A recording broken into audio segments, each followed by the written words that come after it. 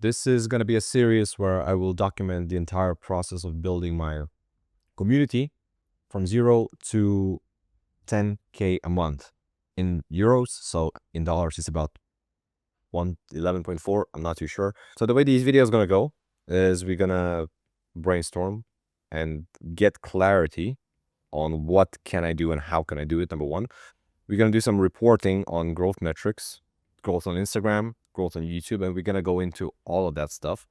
The main goal here is to get to, like I said, 10K a month from 0, essentially. I currently have 2 customers. So we're currently at $110, which is very nice. Very profitable as well, because I said it's all about being a solo creator. Brainstorming, reporting, maybe some Q&A as well, because I'm getting a lot of questions in my DMs. I get a lot of questions in my Instagram comments, and then obviously probably gonna be on YouTube as well. Before we get into anything, I think we're gonna start with the reporting, assessing the things that I currently have. So what do we currently have? Number one is a 100,000 follower audience on IG. We have 3,000 on YouTube. About 2,000 newsletter subscribers. I think that's really it. Those are the main things that I kind of do. So I'm not even talking about TikTok or anything like that because I don't post on it, even though I kind of should. But long story short, what have I tried before that worked already? So I had a low ticket community on school, which was making about, at the peak, it was 5K a month. After that, in the lapse of judgment, I don't know why I did that. I actually shut it down. I was like, yeah, I'm stopping to do this. That was just bad, kind of ridiculous. Before I did that, I've introduced access offer. So access offer is essentially people just getting more access to me. And it was more group and one-on-one consulting / coaching. And that added about 3.5K a month. So in total, I was making just a bit over 8.5K. That doesn't include the services I was providing. I wasn't about at 11K with the services because I was still doing done for you editing for clients. So I just don't include it because I stopped doing these done for you services. It's just like, I'm kind of over it. I don't know. I don't like it. The point for me is that I want to do what I like and still have fun and make money. For some reason, I went against that myself, and I closed this one. That was just bad. I think that was one of my most successful kind of ventures. That was fun. So I might get back to that. I mean, that's what I'm actually doing right now. That's what I'm testing for the next 90 days. For the next 90 days, my goal is to finish. I launched a Creator Lab, which is a new offer. It's a low ticket entry offer where it shows people how to create a content strategy, start posting content. I step by step, day by day, just break everything down so they actually can get a result, right? You don't need a lot of views. You just need a system that turns those views into leads and clients, which I'm literally handing people on the plate with 5 to 10 minute long videos every single day. So that's the new offer that I launched. So where does this offer fit into what I'm currently doing? I currently have, as I said, my access offer. Let's do it like this. Clients. I'm really good at this. I say I'm pretty decent at the rest of this. Actually, it's hard to say that I'm pretty decent because obviously I'm not making enough cash, but I can get views. The problem is that with the views, if you just focus on the vanity metrics, you start attracting people that are not interested in what you have to offer, or you build a wrong audience altogether. And I'm not the only one who's done it. I'm digressing. We're going to talk about this later. So currently we have what I call group consulting and group coaching and On top of that, we have one-to-one. The difference between these is that group is group and one-on-one is one-on-one. People get more access to me. Then customers, what I used to do is I used to run workshops and I used to release digital products. I used to have some templates as well. So just say one-time purchases, limited access things. I used to run workshops, as I've said, so people get live access to me. And I'm not really a big fan of doing live workshops, so that's why I stopped doing them. I prefer releasing trainings pre-recorded and then maybe doing like a call of some sort. So I could probably bring that back. And now I introduced the Creator Lab, right? So we're going to just call it TCL. So it's a low ticket monthly sub where people get some access to me, but not too much. We do it once a month. We hop on a call and then I roast their content or give them live feedback. And then every day I'm in the community answering questions, making looms. That's the point of this. The point is to get people become customers, and then when they get a result or they like what I've created for them, and they can hop into my group or one-to-one community, which is like what I call the high status creators. The assets that we have, as I said, we have 100K followers on Insta and 3K on YouTube. How do I get this to 11.5K? That's the question. How much traffic do I need to get to it? That's the thing. Do some maths. Let's do some maths. I'm not sure. The price point for TCL is 55 a month. And I'm planning on increasing it with more members joining it. It's probably at the maximum. It's going to cap out at 200. So 1100 divided by 55. I need 210 members. That's actually not that bad because last time I had a bit over 120 members before I decided to shut down my previous community. So 210 members, let's say that 210. How do we, if my conversion rate is, let's say 1%. So if I drive 100 people to the thing, I'm going to get one. So I need what, 200,000 people? Something like that. So how do I drive 200,000 people to my about page on my school, right? So this is, by the way, the school community setup. The other one, as I said, there's a high status creator community. There are clients that are paying here already, so we're not really focused on this. My goal is to scale this community. The price is going to increase with more people and more value being added in. So next price is going to be 66 a month at 20 members. That's the only thing I should be focusing at, just getting 20 people in first. And then after that, just do more maths. But generally, starting from this point, I just need 210 people in, and that shouldn't be too hard. Now let's talk about the traffic itself, which is kind of interesting because I've been creating Instagram content for a while and long time. And I think the competition is huge, number one. And the short viewer, I feel like it's not as valuable as a long viewer. And let me explain. So I'm going to just share my screen for a sec. Because I don't think you won't be able to see it here, I think. But let's take this video. This video did pretty well. It got, I think, almost 20,000 views. And then if we look at it at the insights, it got me 30 followers, which is cool. I'm not sure how many of those 30 followers, go check out my stuff, but is there a watch time? There's no watch time on this, which is annoying. If I go on my phone, I can see the actual watch time of it. So let's just go on my phone. 18,500 views. And the watch time on this is like 36. Let me see if you guys see this. Is this in reverse? No, it's fine. So we have here watch time 35 hours and 10 minutes of watch time. That's on one short that's kind of performed pretty well, and I think that's okay.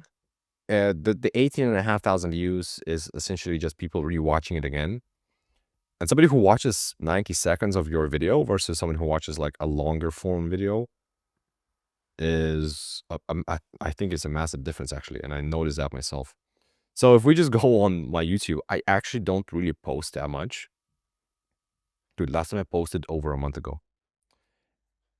And then before that, a month before that. And then I have like a bunch of private videos as well. I send that to my clients. If we go into analytics, in my last 28 days, even though it did just got 1,000 views, I still got 16 hours of watch time, which is half what I get the usual by posting like one video. I think it's crazy because somebody who watches your video, I think my average view time is like a minute and a half, versus on Instagram is about 10 to 15 seconds. So if I can put out video per day on YouTube, I feel like it's going to be way more valuable, even though the goal for this series is to post daily updates, right? So with the daily updates, I can document the process of growing that Creator Lab plus getting more traffic to it, even though it's going to be posted on not on this channel, but on a new channel. However, I do have a plan creating for the main channel. Maybe once a week would be pretty solid. I noticed that the more content I create generally is more good things start to happen. And whenever I do stuff inconsistently, stuff starts to break, which is super frustrating because right now we are essentially starting from scratch. The goal is to just drive as much traffic as I can to the low ticket community, and not only using my own audience, but I can probably tap into some other people's audiences, meaning that there are more than one ways of getting attention. So you can obviously build your own, you can borrow others. So other people that already have communities. What I like to do is actually, I buy a lot of low ticket stuff, and a lot of these low ticket communities, they have qualified people, mostly coaches, consultants, creators. They bought something that they needed help with, right? So they are somewhat qualified. And if I can go in there and show them how they can just create better content that converts more, I could actually probably get not just people for the low ticket offer, low ticket community, the TCL, but for the high status creators. And even videos like these could be really helpful. This is an interesting insight. And the last one, by the way, I forgot to mention is buy. So you can run ads, essentially. This also includes JVs, so you can do like a collaboration. I got almost every week I get invites to join different podcasts, to do different community calls. That could be also an opportunity as well to get people into this as well. What are some of the other things that I could do? I want to have some sort of evergreen one-time thing that I can create. So what could we sell? What do I already have? I already have a lot of trainings. I recently ran a birthday store where you could get all the trainings that I had. And those trainings started at half the price. Then went back to the regular price. And I actually wanted to see what people buy. I don't want to charge more, like over the top, because it doesn't make sense for the same trainings. And I also said like they are not going to come back with the same price or with the same offers. So I might be able to bundle them together. So some of the, I can't do individuals because it just wouldn't make sense. Bundles could work, templates. I have things like LUTs, but LUTs are only good for editors and videographers. Regular people don't really buy them or use them. Or maybe it's just some sort of limiting belief. Maybe I'm just cooked. So let's just look at some of the stuff. Some of the trainings that people bought the most. What was it? The offer playbook was definitely one of the best ones. It essentially shows people how to craft an offer and even sell without a sales call. The problem with that is that to sell an offer without a sales call, people need context. So that could be something that I could create, some sort of context creation training or something like that. I also just realized that my math is completely off because I do have 100,000 followers. So 1% would be 1,000 people. But realistically, I would be converting about 0.1% due to the fact that not everybody's qualified, not everybody wants to do the things that I'm selling. So also the IG people, the shorts viewers, they're going to be less invested into me or my brand versus somebody who's on YouTube watching me longer form videos. So I think just time spent creating YouTube videos is more valuable than IG, at least from what I've seen and from whatever. There's a reason why most Instagrammers want to be YouTubers and why YouTubers want to be live streamers. This is the exact reason why. Now, the newsletter, I'm not sure like what to do with it. Sometimes it gets sales, sometimes it doesn't get sales. It's very inconsistent. So it's kind of like iffy. Anyway, we'll think about what to do about it later. But yeah, let's go back to the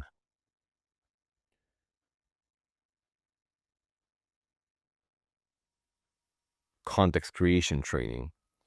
Because if you think there's 3 steps, right? So step 1 is, or it's 3 steps to getting a viewer and turning it into a client. So step 1 is just literally getting the right attention, right? Step 1, getting the right attention. And this is what I've been trying recently more of, but I need to dial in a bit better on this because in my content, I need to be qualifying people more better way of qualifying people. So specifically talking about their situations, people with affluence or affluent people can resonate to. Number 2 is turning that attention into leads. Just type in ATTN into followers and leads.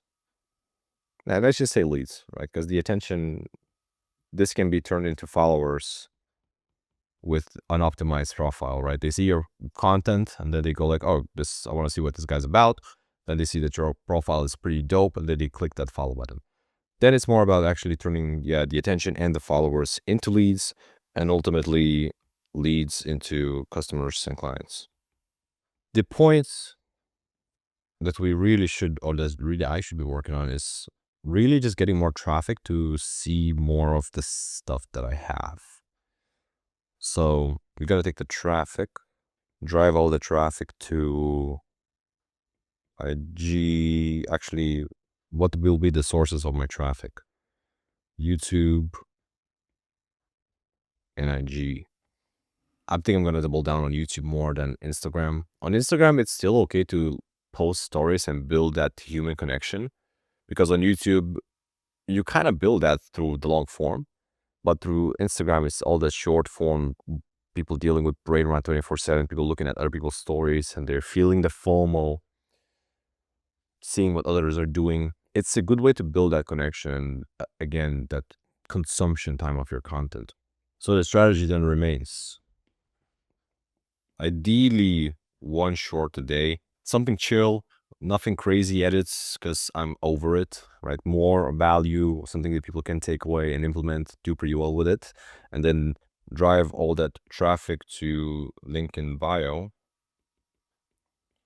Now, the dilemma here is, do I drive them directly to TLC, the Creator Lab, or do I drive them to YouTube?